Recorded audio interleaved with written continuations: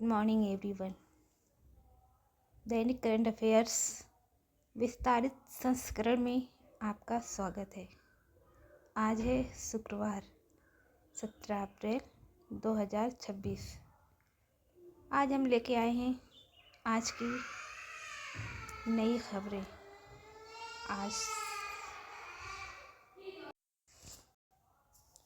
आज की पहली हेडिंग है विशेष अनुभाग संसदीय अपडेट और कानून। 131वां संशोधन विधेयक पर चर्चा।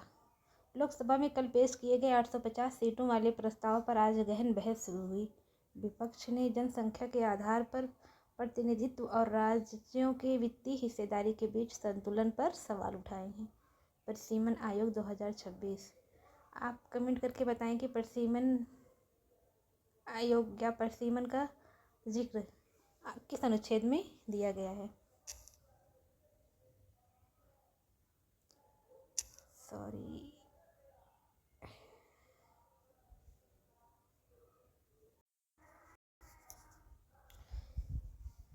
सरकार ने न्यायमूर्ति सेवानिवृत्त की अध्यक्षता में एक उच्च स्तरीय समिति के गठन का संकेत दिया, जो नई सीटों के भौगोलिक वितरण का खाका तैयार करेगी। आइए राष्ट्रीय एवं प्रशासनिक नेशनल एंड एडमिन न्यूज़ के बारे में देखते हैं। बिहार कैबिनेट का विस्तार। आज की मुख्य हेडिंग है बिहार कैबिनेट का विस्तार। मुख्यमंत्री सम्राट चौधरी ने आज अपनी पहली कैबिनेट बैठक बुलाई। इसमें युवा रोजगार मिशन 2026 और सीमावर्ती क्षेत्रों में बुनियादी ढांचे के विकास पर बड़े फैसले लिए गए। नेक्स्ट हेडिंग है डिजिटल जनगणना डैशबोर्ड। गृह मंत्रालय ने एसई पोर्टल पर रियल टाइम डैशबोर्ड लाइव किया। दक्षिण भारतीय राज्यों केरल और तमिलनाडु में डिजिटल स्वगणना की दर 22% के साथ सबसे अधिक दर्ज की गई है। नेक्स्ट है राष्ट्रीय नागरिक डेटा सुरक्षा। इलेक्ट्रॉनिक्स और आईटी मंत्रालय ने कल घोषित किए गए AES 256 अनिवार्य नियम को लागू करने के लिए व्यवसायों को 6 महीने का समय दिया है। नेक्स्ट है रक्षा एवं अंतर्राष्ट्रीय न्यूज़।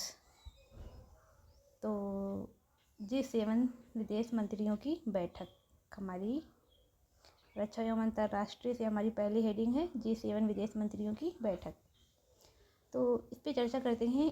इटली में आयोजित शिखर सम्मेलन में भारत की विशेष अतिथि के रूप में आमंत्रित किया गया है। G7 विदेश मंत्रियों की बैठक कहाँ भी हुई है? इटली में, जिसमें भारत को विशेष अतिथि के रूप में आमंत्रित किया गया है। चर्चा का मुख्य केंद्र लाल सागर से में सुरक्षा और AI युद्ध प्रणाली है।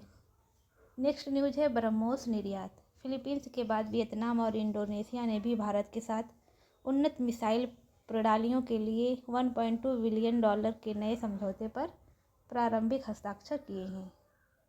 नेक्स्ट है अंतरिक्ष रक्षा। इसरो और DRDO ने मिलकर नेत्र-2 निगरानी उपग्रह के सफल प्रक्षेपण की तैयारी पूरी की, जो मलबे से भारतीय उपग्रहों की रक्षा करेगा। आइए अर्थव्यवस्था एवं विकास इकोनॉमी एंड डेवलपमेंट से जुड़ी न्यूज़ को देखते हैं। नेक्स्ट पहली है शेयर बाजार का रिकॉर्ड। T+0 सेटलमेंट के पहले दिन भारतीय शेयर बाजार ने सेंसेक्स और निफ्टी ने अब तक के उच्चतम स्तर को छुआ। निवेशकों ने उसी दिन नकदी प्राप्त होने की सुविधा का स्वागत किया है। RBI और ULP कृषि मंत्रालय ने पुष्टि की है कि आगामी खरीफ सीजन के लिए ई-रुपया प्रोग्रामेबल मनी का उपयोग शुरू होगा। प्रभाव, इससे बिचौलियों की भूमिका खत्म होगी और सब्सिडी का दुरुपयोग रुकेगा। विदेशी मुद्रा भंडार। भारत का विदेशी मुद्रा भंडार 750 बिलियन के ऐतिहासिक स्तर को पार कर गया है। आइए देखते हैं ज्ञान एवं नवाचार साइंस एंड टेक से जुड़ी आज की heading. Green hydrogen mission. Ladakh में सफल परीक्षण के बाद आज गुजरात के कांडला बंदरगाह पर भारत के पहले हाइड्रोजन हब का शिलान्यास किया गया। Quantum lab. नेक्स्ट है क्वांटम लैब। बेंगलुरु में भारत की पहली क्वांटम कंप्यूटिंग एज सुविधा का उद्घाटन हुआ, जो EES 256 से आगे के इंक्रिप्शन पर शोध करेगी। आइए खेल जगत से जुड़ी स्पोर्ट हाइलाइट्स की न्यूज़ देखते हैं। वैभव सूर्यवंशी का दबदबा। अपने पहले शतक की ओर बढ़ते हुए वैभव ने आज घरेलू सीरीज में एक और रिकॉर्ड तोड़ा। वे अब एडिडास के वैश्विक ब्रांड एम्बेसडर बनने वाले सबसे कम उम्र के खिलाड़ी बन गए हैं। Badminton Asia team championship. भारतीय पुरुष टीम ने क्वार्टर फाइनल में दक्षिण कोरिया को 3-1 से हराकर पदक पक्का किया। अब बारी आती है हमारे आज के हाई लेवल एग्ज़ाम MCQ की। तो आइए इस MCQ से जुड़े इसका पहला क्वेश्चन है, हाल ही में चर्चा में रहा यूनिफाइड लेजर प्रोटोकॉल ULP किस संस्थान द्वारा विकसित किया गया है? तो इसका सही उत्तर है RBI। भारत ने किस देश को ब्रह्मोस मिसाइल की दूसरी खेप सौंपी है? तो वियतनाम, थाईलैंड, फिलीपींस और मालदीव में से किसकी? फिलीपींस की। T+0 सेटलमेंट का मुख्य लाभ क्या है? तो इसका उत्तर है उसी दिन व्यापार का निपटान। अब है क्विक रिवीजन कार्ड। अनुच्छेद 324 भारत के चुनाव आयोग की स्थापना और शक्तियाँ।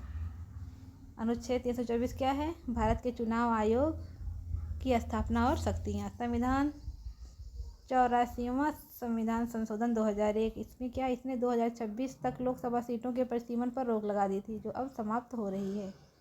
AES एडवांस इंक्रिप्शन स्टैंडर्ड एक ब्लॉक सिफर एल्गोरिदम जिसे विश्व स्तर पर डेटा सुरक्षा के लिए स्वर्ण मानक माना जाता है। तो ये रहा हमारी आज की करंट अफेयर्स की क्लास। दैनिक करंट अफेयर्स विस्तारित संस्करण, जिसमें हम राष्ट्रीय, अंतर्राष्ट्रीय, खेल जगत, विज्ञान एंड टेक से जुड़ी सभी न्यूज़ को आप तक पहुंचाते हैं, जो आपके एग्जामिनेशन के लिए वेरी इम्पॉर्टेंट है।